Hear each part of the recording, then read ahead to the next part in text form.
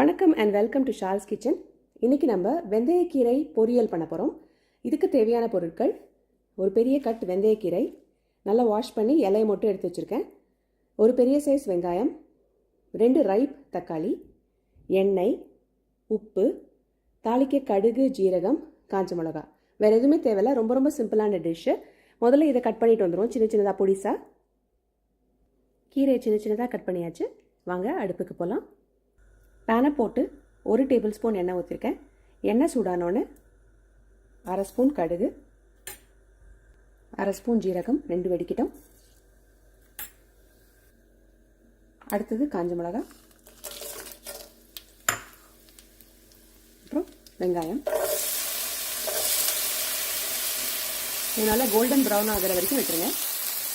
அடுத்தது தேவையான அளவு உப்பு. வெங்காயம் ஓரளவுக்கு வதங்கிடுச்சு. இப்போ தக்காளி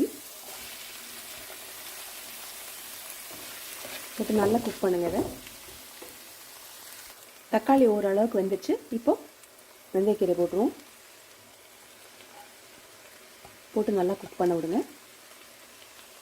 இது கட் பண்ணதுனால சீக்கிரமாக வெந்துடும். இது ரொம்ப ரொம்ப simple and tasty side dish.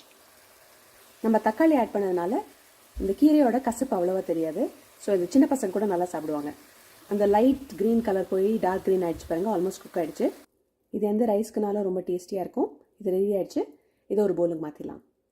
நம்ம வெந்தயக்கீரை பொரியல் சூப்பராக ரெடி ஆகிடுச்சு. இதை நீங்களும் செஞ்சு பாருங்கள். இந்த ரெசிபி உங்களுக்கு பிடிச்சிருந்ததுன்னா லைக் பண்ணுங்கள், சப்ஸ்கிரைப் பண்ணுங்கள், ஷேர் பண்ணுங்கள். தேங்க்யூ ஃபார் வாட்சிங்.